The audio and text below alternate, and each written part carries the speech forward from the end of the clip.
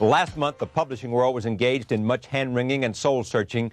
The issue, the prospect of a mainstream literary house, St. Martin's Press, publishing controversial historian David Irving's biography of Nazi propaganda minister Joseph Goebbels. The argument then was that St. Martin should not lend a respectable imprimatur to what was considered a Nazi revisionist tract. Now, Christopher Hitchens, writing in this month's Vanity Fair, says that St. Martin's was wrong. He joins this evening from Washington to talk about his reasons. And with me in New York, Eric Breindel of the New York Post, who's also written a column on the same subject.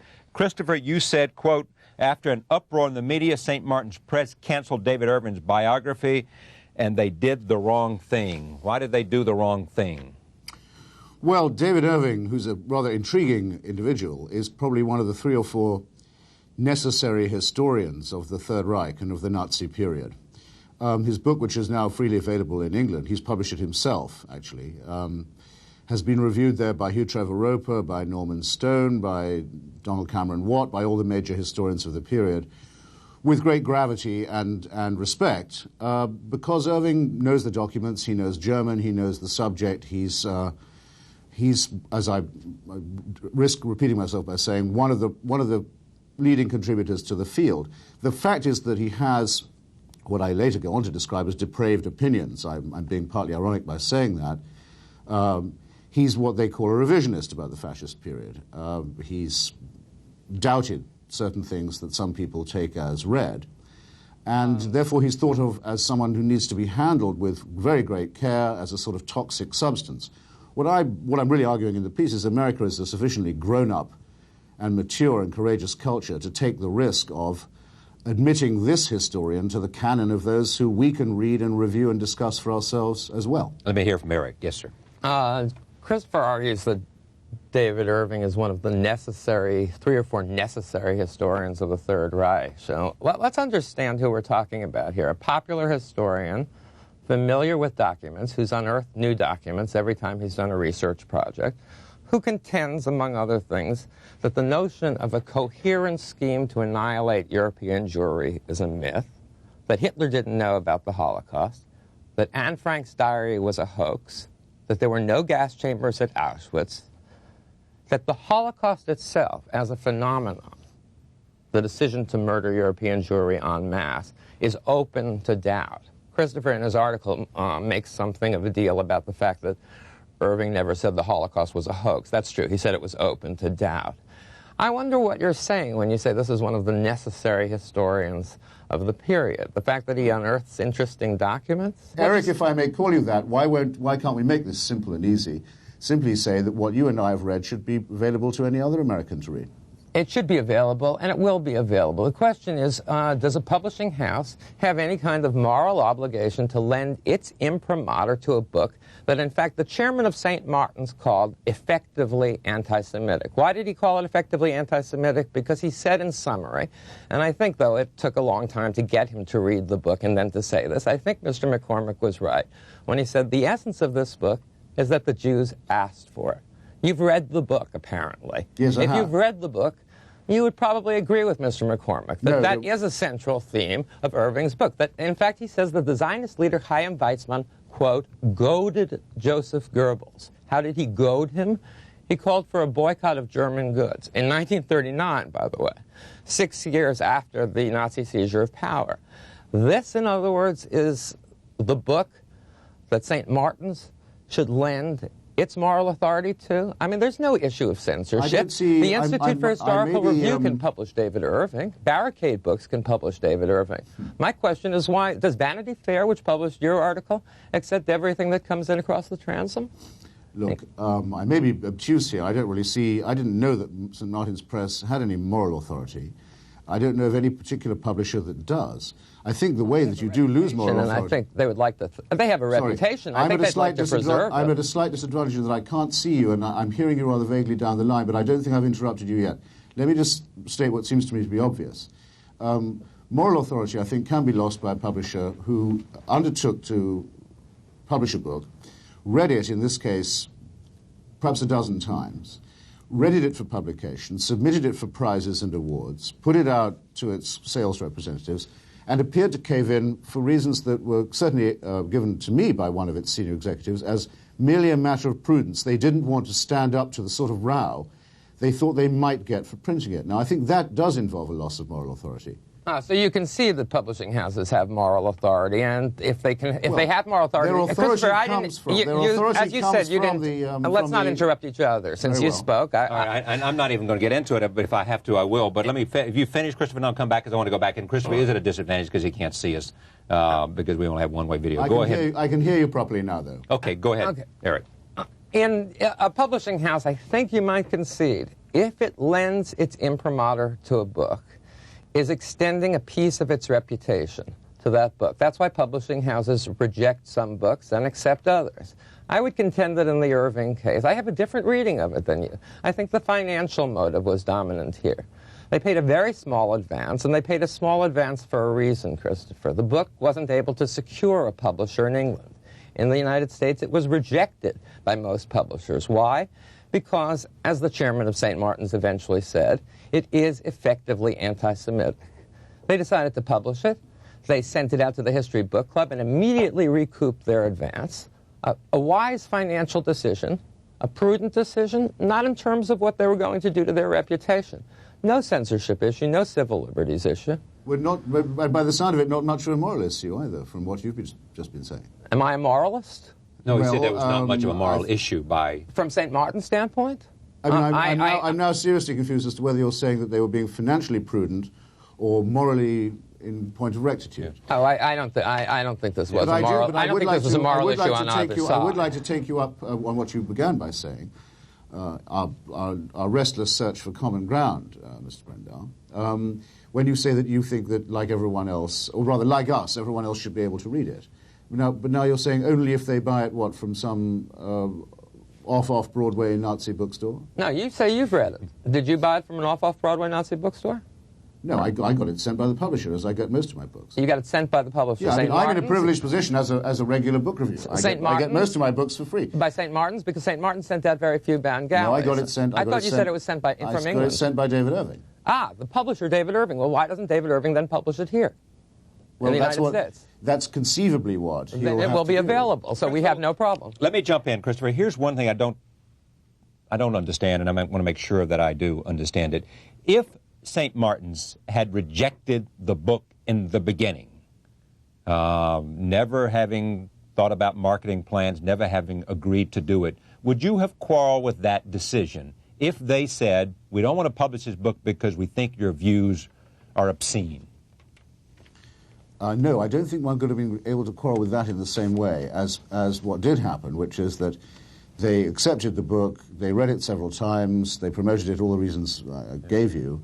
So your argument and then they didn't even tell the author they weren't going to publish it. Okay. He heard that from the press. So your debate is and about I have it on the word of one of the senior executives there that they did this in order to avoid trouble in the marketplace and trouble from people in the press. So people, agents who represent authors or authors who may still be publishing under with St. Martin's would, because of a decision, or if they had continued the publication of this book, that they may have lost favor with some authors, or they may have lost favor with some agents who might turn other potential authors their way. Well, and I think they were afraid of a certain element in the press and in public opinion as well, probably, yes. But the point is, it was a funk. It was Charlie, I quote one of their editors in my article as saying, if you want a title for your piece, why don't you call it Profiles in Prudence? Now, all of us on this show, and everyone in publishing, make their living basically by the idea of free expression and free trade in ideas and free exchange and everything that's under the rubric of the First Amendment. Yeah. I'm in favor of extending this, especially to people whose opinions may be repulsive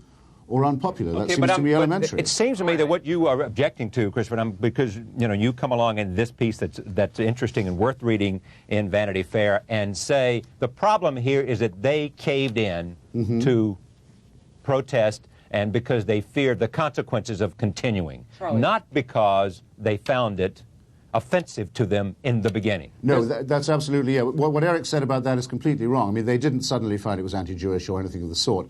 They'd had the book for a long time. They'd reviewed it repeatedly. They'd sent it out to readers. They discussed it a lot. So you're calling... They panicked because of what they feared was going to be some sort of backlash, which I believe actually would not have occurred had it been printed. After all, The British reading public is not less sensitive on the matter of Nazism than the American one. Everyone in Britain has been soberly reading reviews from senior scholars and academics on this subject for the last 3 weeks. I would argue that publishing a book that's effectively anti-Semitic, and by the way, if you want to call Tom McCormick, the chairman of St. Martin's, a liar, who said that he first read it when the controversy was in full steam, and at that point concluded that the book was effectively anti-Semitic, then you can do so. In fact, 400 St. Martin's employees staged a protest at the building itself and asked that the publishing house reconsider its decision to publish the book. Also a factor you haven't mentioned. This wasn't outside pressure from elements in the press. You're referring in a vague sort of way, but I suspect you have some sort of specific cadre in mind. Oh, These are just people who were working at St. Martin's who didn't want to be associated with an effectively anti-Semitic book. Is that something they shouldn't have done? There are many people at the publishing house who also said they should stand up to that and stand by their contract. The fact is, publishers do not exist to reflect public opinion or indeed stampeded opinion once it's been ignited by public opinion within their publishing house. They exist to make sure that the widest range of ideas are available to readers. And on that implicit contract, as well as the explicit one with the author, St. Martin's defaulted, and I don't know Mr. McCormick, but I don't like the sound of him if he only reads a book when it's got to that stage.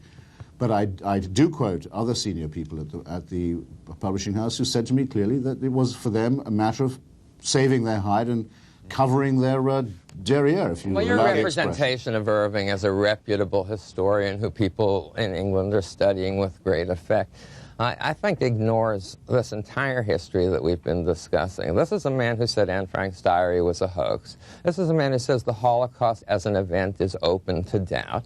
And this is a man in this book, this Goebbels biography, based on new archival sources, says that effectively the Jews brought it on themselves. They goaded Goebbels. Weizmann, the leader of the Zionist movement, goaded Goebbels into severe measures against the Jews. And by the way, repeats the Hitler apology that defines Irving's argument throughout his work. In that context, Christopher asked this question: if in fact those things are true, that he said, he did say those things, does he still, in your judgment, can he be characterized as a reputable historian if he holds those views? I don't have to defend his opinions. I have to only defend his right to hold them. But you can make a judgment. I'm trying to understand. You can make a judgment about his reputation as a historian based on what he says and the judgments he's reached.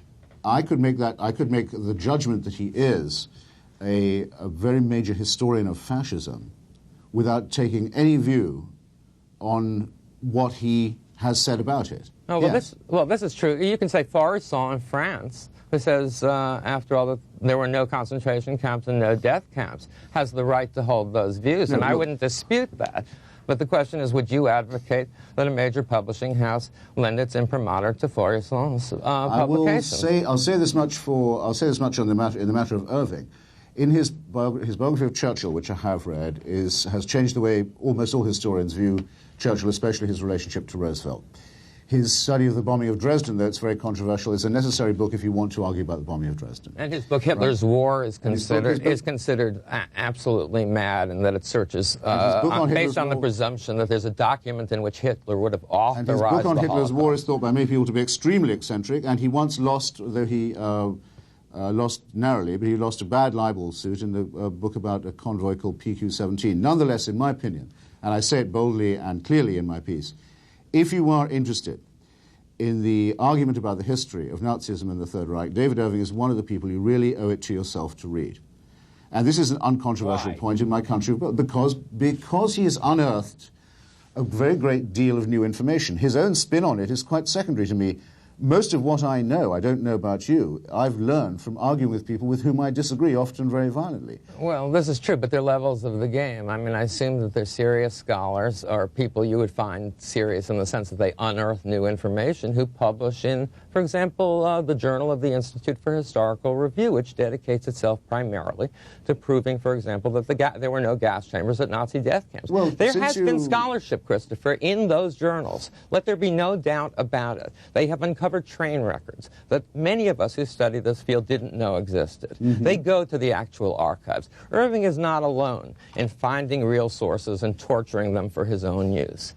What you're doing, in a sense, by arguing that because he does this, he merits the imprimatur of a major house, is ignoring the implications of the book itself. And from that standpoint, you might as well say that a historian who marches in with a book that says, slavery never took place in America, and here are various sources that demonstrate various things that are true about pre-Civil War American history, ought to be published by Doubleday. If such a publishing event was to occur, I would expect the reviewers to be, and the readers to be the ones to take care of it, yes. I mean, it would not be for a publisher at the threshold of publication to suddenly think, oh dear, this row would not be worth the trouble. Now, surely I've made myself plain on this point. Yes. I also quote Raoul Hilberg, who, as you I know, is one of the senior historians of the Holocaust story, in many ways the original historian of it. His book in 1961, The Destruction of European Jewry, is considered to be standard. He said to me, look, David Irving has made me go back and look at things again. David Irving has made me re-examine things I thought I knew for sure. David Irving's made me go over some ground, ask me how I know things, and I welcome this kind of challenge. Then let me ask you this. It seems to me a perfectly simple, I don't want to cloak myself in the mantle of Voltaire, but a perfectly simple point that it is not incumbent upon me to defend anything Irving says or hypothesizes in order for me to defend not his right to say it so much as my right to read it, which is the right that you are not taking into account. No, neither of which have been called into question. Let me conclude this with these 2 points, Christopher. One is that you believe, for all the reasons you've stated, that any major American publishing house should have published this book for all the reasons you've stated. Yes? Yes, certainly. Okay. Secondly, in your reading of David Irving, has he changed, in his historical discoveries, has he changed your mind at all on any fact or understanding you had about the Nazi period? Not about the Nazi period, no. About the Churchill-Roosevelt relationship. That's different, though. That's a different book and a different issue. Yeah, no, he hasn't. But I think he has every right to try. Eric Breindel with the New York Post writes a column as an editor there. Christopher Hitchens, Vanity Fair magazine. His story, which we've been talking about, is in the June 1996 issue of Vanity Fair. Christopher, thank you for joining us. Anytime. Eric, thank you. Thank you, Charlie. Thank you for joining us. We'll see you tomorrow night.